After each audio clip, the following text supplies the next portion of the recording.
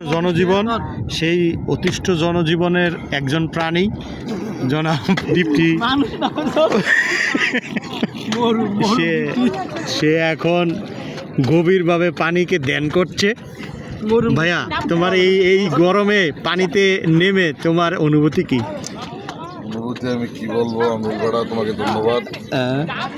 এই পানিতে গোসল করাটা মানে বিএমপি ক্ষমতা আসার মতো। না না না, বলো বলো। মানে মানুষ কি তোমার জঙ্গলি পর্ব না পাহাড়ি পর্ব হ্যাঁ না সাগরী পর্ব, এখন আমরা মানে কি বলবো, বলার কোনো ভাষা নেই। এর জন্য আমরা নদীতে আইসা পড়ছি এই গরমে। রতন ভাই আদেশে এই গরমে আর আমরা পারতাছি না, এর জন্য আজকে নদীতে আসা আমাদের। এখানে প্রায় 2-3 ঘন্টা তোলাম আমরা বুড়ামু। ওকে ওকে, কি করবা? বুড়াইবা পরে দা হ্যাঁ, এরপর দেখি জানি শরীর বরফের মতো কুল হইছে। কুল হইছে। এরপর আমরা বাড়িতে যাওয়ার জন্য মুভ করবো। Yes yes, good good.